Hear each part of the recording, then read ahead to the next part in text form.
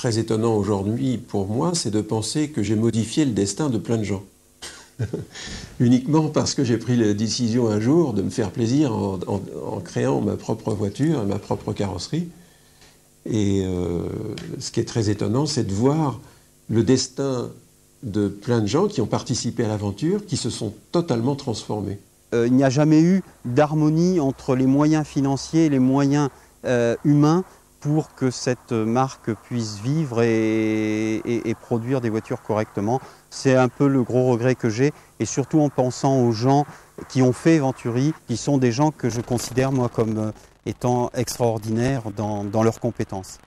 Quand on est français et qu'on aime les voitures de course, on est toujours heureux de voir la naissance d'une voiture de prestige en France. Mais je l'ai accueilli aussi avec beaucoup de crainte, parce que jamais en France on a réussi à fabriquer et surtout à vendre des voitures de haut de gamme. Alors que la qualité de la voiture était vraiment au niveau des meilleurs, c'est ça qui est triste.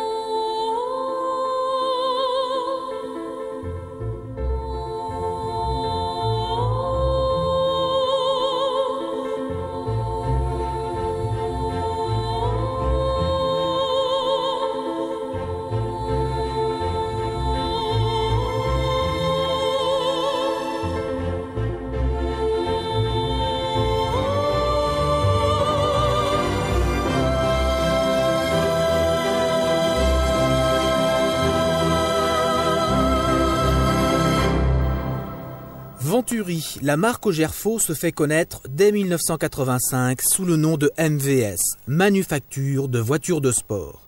Mais dès l'année précédente, Claude Poirot et Gérard Godefroy commencent la fabrication du premier prototype dans le sous-sol du pavillon de Claude. Sous l'impulsion d'Hervé Boulan, le premier PDG, une petite équipe s'installe près du Mans début 1985 et emménage dans une usine toute neuve à Cholet dans le Maine-et-Loire fin 1986. La Venturi y est assemblée artisanalement par 26 personnes dont la moyenne d'âge ne dépasse pas 25 ans. Pour la carrosserie, Poirot et Godefroy ont choisi le polyester, un matériau léger idéal à travailler pour la fabrication de voitures en petite série. Une fois ébavurées et poncées, les carrosseries sont collées et rivetées sur les châssis, puis apprêtées et passées en cabine de peinture. Portée par l'enthousiasme de ses créateurs et de ses premiers collaborateurs, la nouvelle voiture de sport française prend forme, évoquant sans détour les plus belles carrosseries italiennes. Sous une telle robe est installé en position centrale arrière le seul moteur V6 français, le PRV, déjà monté dans l'Alpine V6 Turbo. D'une cylindrée de 2,5 litres, il développe 200 chevaux. Les performances seront au rendez-vous. Mais la Venturi a beau être une voiture de sport, elle se veut également luxueuse, avec son tableau de bord en bois précieux et sa sellerie en cuir digne d'une Jaguar. En dessinant la Venturi, Gérard Godefroy, toujours designer indépendant aujourd'hui, n'avait sans doute pas imaginé une telle montée en gamme.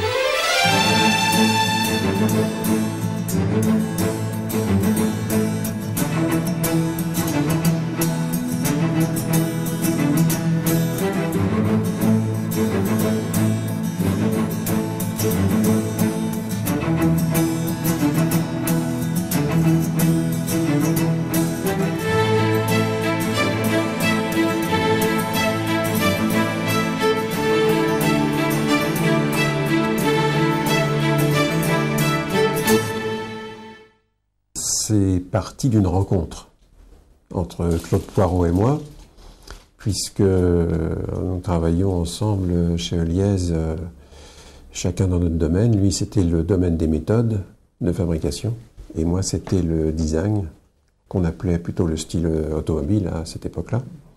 Il y a eu un déclic dont je me rappelle très bien. C'est au sujet d'une restauration de Ferrari Dino 246 GTS. J'ai été contacté par l'un des dirigeants de Heuliez qui cherchait quelqu'un pour convoyer la Ferrari de Cerizay à Paris. Ça a été un bonheur complet pendant tout le parcours. Et je me suis dit, à partir de ce moment-là, il faut vraiment se jeter à l'eau et prendre la décision de faire une voiture. Et donc, avec Claude, on a décidé de se lancer. Démarrer avec un produit comme Venturi, c'est démarrer sans image. Alors, effectivement, à cette époque-là, on n'aurait jamais imaginé que Venturi serait devenu ce qu'il est devenu plus tard, c'est-à-dire une entreprise avec une nouvelle usine toute neuve, des courses aux 24 heures du Mans avec 7 ou 8 voitures au départ. Ça, c'était pas du tout dans l'objectif. Mais ça s'est fait naturellement par la suite. Mais l'objectif du Salon de Paris, c'était simplement de montrer un savoir-faire. C'était quand même un moment incroyable d'avoir une voiture sur un stand avec mon nom au-dessus du stand, puisque Claude, étant salarié Heuliez, il n'avait pas pu mettre son nom associé au mien. Mais ce que j'ai quand même bien perçu, c'était l'engouement des gens pour la carrosserie, pour le style de la voiture. Et ça fait forcément plaisir. C'était quand même l'aboutissement d'un rêve. Évidemment, l'inspiration de style est évidente sur la Venturi, et ça, je ne m'en suis jamais caché. C'était un petit peu l'idée, c'était un petit peu de faire une synthèse de tout ce que je préférais à cette époque-là, c'est-à-dire évidemment les Ferrari, mais aussi il venait de sortir une voiture qui m'avait beaucoup plu, c'était la Corvette. Alors, ce que j'avais dessiné jusque-là, c'était au sein essentiellement des constructeurs, et notamment de chez Peugeot, où j'ai activement participé à la 205. Et pendant plusieurs années, j'ai essayé de travailler dans le domaine de la carrosserie artisanale. Donc, c'est ce qui m'a permis d'apprendre le métier. Je suis complètement autodidacte à ce niveau-là.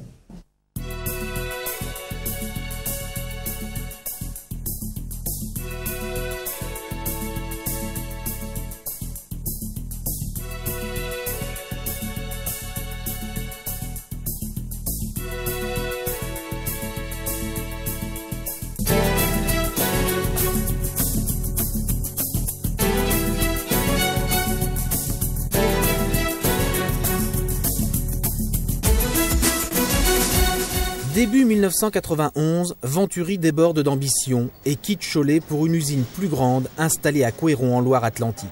Mais les temps sont durs pour les constructeurs de voitures de sport. Une marque aussi jeune que Venturi peine à trouver de nouveaux acheteurs et la production doit être réduite.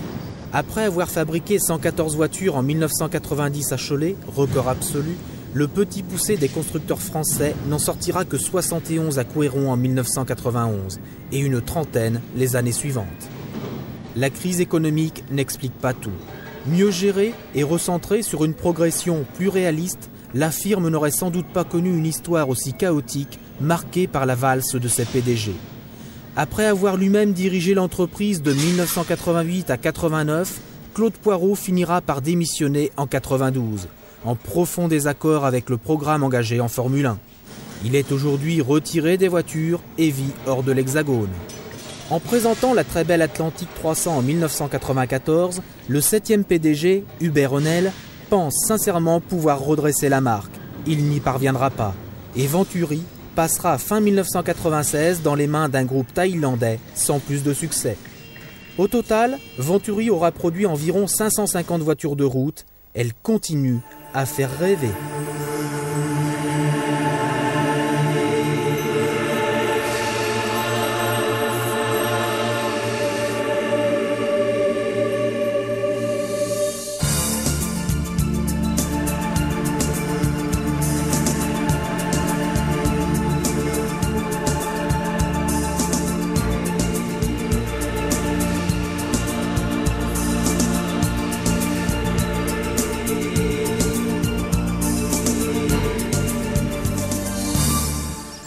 Née avec 200 chevaux, la Venturi devient vraiment mature lorsque la cylindrée de son moteur, portée à 2,8 litres, fait passer sa puissance à 260 chevaux.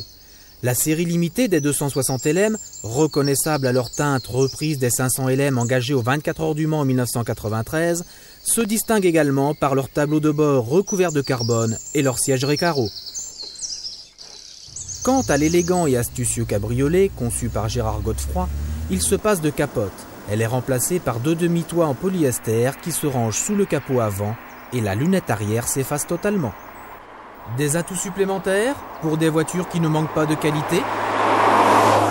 Alors les principales qualités des Venturi, bon, elles sont multiples. La fabrication intérieure de la voiture, c'est une très belle voiture à l'intérieur avec des matériaux de très belle qualité, du cuir, du bois.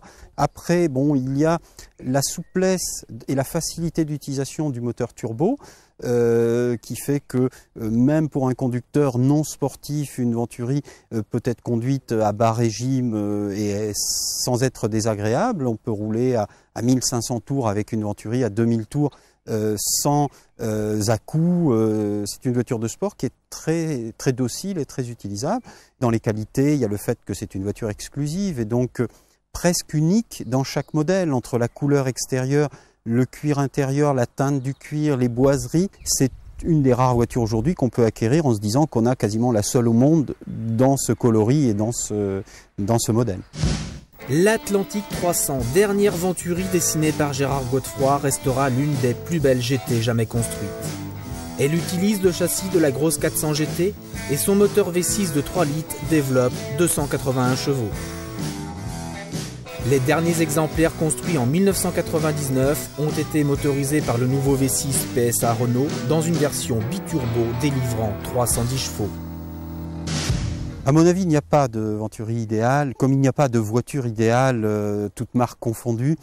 Aujourd'hui, dans les Venturi, bon, un cabriolet Venturi est une voiture exceptionnelle, mais ne satisfera pas un propriétaire sportif, de voiture sportive, parce que c'est quand même pas aussi sportif qu'un coupé. Une 260 Atlantique ou LM est une voiture très intéressante, mais au bout d'un moment, on s'apercevra que sur circuit, elle a ses limites, parce que c'est quand même avant tout une voiture de route.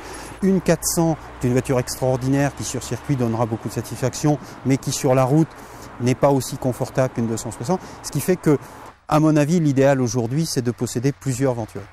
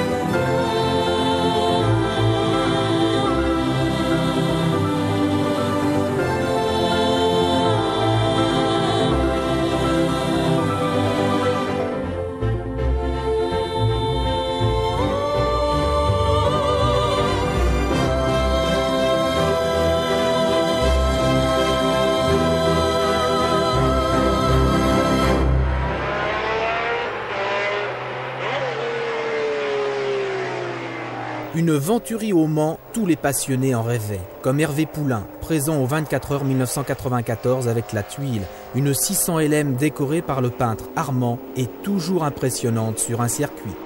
L'année précédente, la 500 LM, due à l'initiative de Stéphane Rattel, directeur de Venturi Compétition, avait lancé l'aventure de la marque au Mans.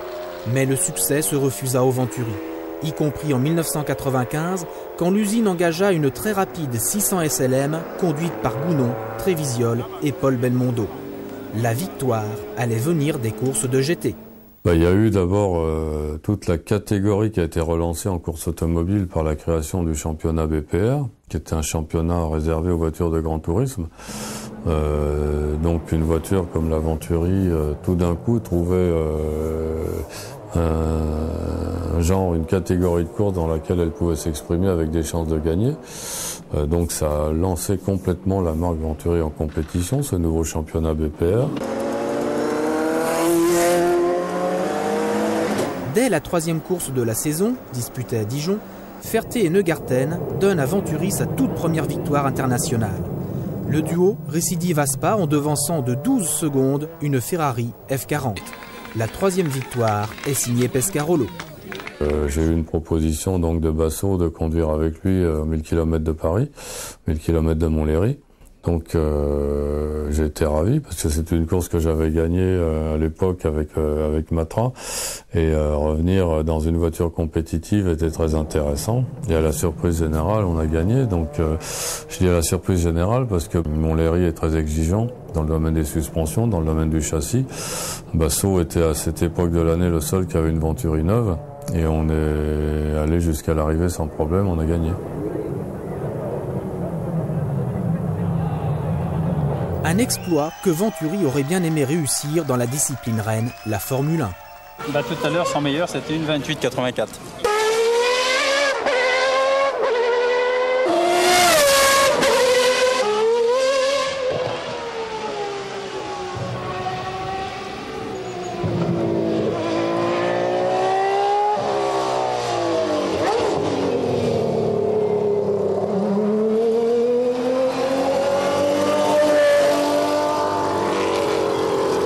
Conscient de son manque cruel d'image, Venturi décide de s'impliquer en Formule 1. Et malgré ses difficultés financières, rachète l'écurie Larousse début 1992.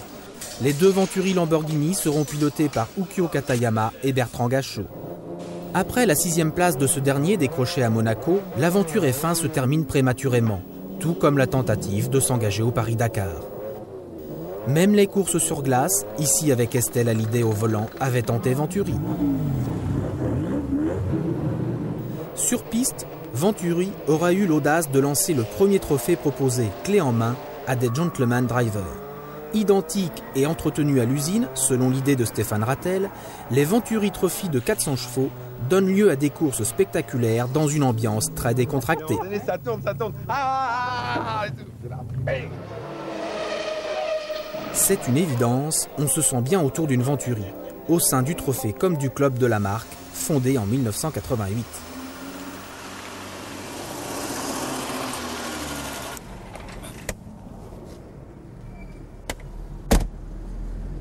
C'est ici que s'est réuni pour la première fois, le 6 mars 1988, ces passionnés de belles voitures à Orléans, dans un hôtel d'une chaîne réputée. Et à l'époque, nous nous appelions les Doudingues. Et sur les 30 voitures qui avaient été produites, à peu près une trentaine de voitures, 22 étaient réunies. C'était un moment d'exception.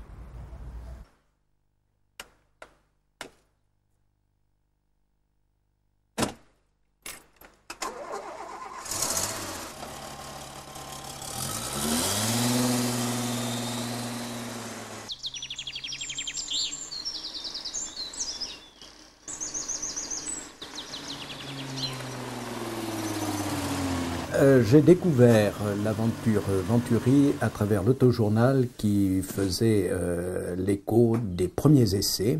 Et le journaliste avait conclu en disant « Y aura-t-il des passionnés suffisamment fous pour prendre le risque de commander cette voiture ?» L'article était rédigé de telle manière que dès le lendemain matin, je téléphonais à l'usine et je commandais, sans l'avoir essayé, la Venturi. J'avais fait qu'une seule réserve, c'était de pouvoir rentrer et de sortir dedans. Il m'a semblé, pour une nouvelle marque qui n'était pas connue, que le meilleur moyen de lui donner une crédibilité était de créer un club, de montrer qu'il y avait des gens qui avaient été suffisamment fous, passionnés pour prendre ce risque et de commander une voiture, et surtout de montrer que ça marchait. Si bien que tous les premiers acquéreurs de cette voiture ont été membres du club Venturi, et j'ai pensé que c'était le moyen de leur apporter une certaine forme de reconnaissance et un témoignage d'amitié dont ils avaient aussi quelque part un peu besoin, parce que c'était quand même une aventure plus que folle. Claude Poirot et Gérard Godefroy, ils avaient réuni autour d'eux toute une équipe de vrais professionnels. J'ai ici la plaquette d'entretien qui a été signée par tous les ouvriers qui ont travaillé sur cette voiture, et je vous assure que c'est quelque chose, je dirais sans tomber dans le sentimentalisme, mais extrêmement émouvant de penser qu'à notre époque, où on fait de la généralisation, qu'il y a eu une voiture à laquelle j'ai participé pour choisir tous les choix de bois, de matériaux, et que tous les hommes qui ont travaillé sur cette voiture ont été fiers de marquer leur signature pour laisser aux propriétaires le souvenir de leur participation.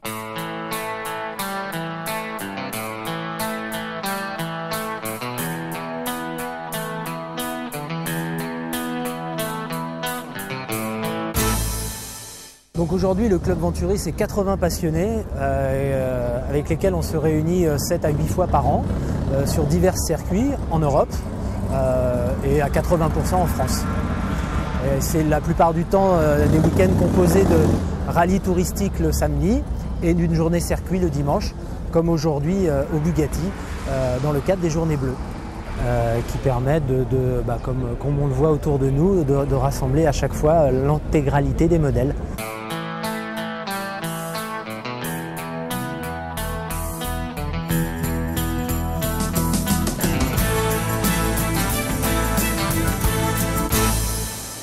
Salon de Genève 2002. Après avoir disparu des grands rendez-vous automobiles, Venturi revient sur le devant de la scène. Gildo Palanca Pastor, le nouveau propriétaire de Venturi, dévoile la Fétiche, une petite sportive de 180 chevaux, très différente des précédents modèles.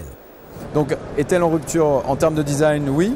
On est sur un design qui est finalement très engagé. On a créé autour de ces designs une charte graphique, un code pour reconnaître les Venturi encore plus facilement. Maintenant, je pense que du passé, on garde également la passion. On est une toute petite équipe. On ne souhaite pas avoir une énorme usine. On souhaite surtout travailler avec des gens très professionnels, des industriels de haut niveau, pour faire passer Venturi d'une ère artisanale à une ère finalement d'artisanat technologique qu'impose le marché en termes de qualité et qu'impose la production en termes d'homologation. Voiture du renouveau, dessinée par un jeune designer, la Fétiche saura-t-elle convaincre? On peut peut-être trouver différentes sources d'inspiration dans la réalisation de cette carrosserie. Il y a à la fois mes propres références en termes de style automobile qui sont vraiment situées entre les années 50 et 60, et aussi mes références dans le domaine de la mode, dans le domaine du mobilier, de l'architecture. J'ai essayé d'agrémenter le style de la Fétiche de façon à lui donner une vraie personnalité, une personnalité différente et la rendre un peu décalée par rapport à ce qui se passe. Si je devais définir la Venturi Fétiche en deux mots, je dirais que c'est la plus sensuelle des sportives.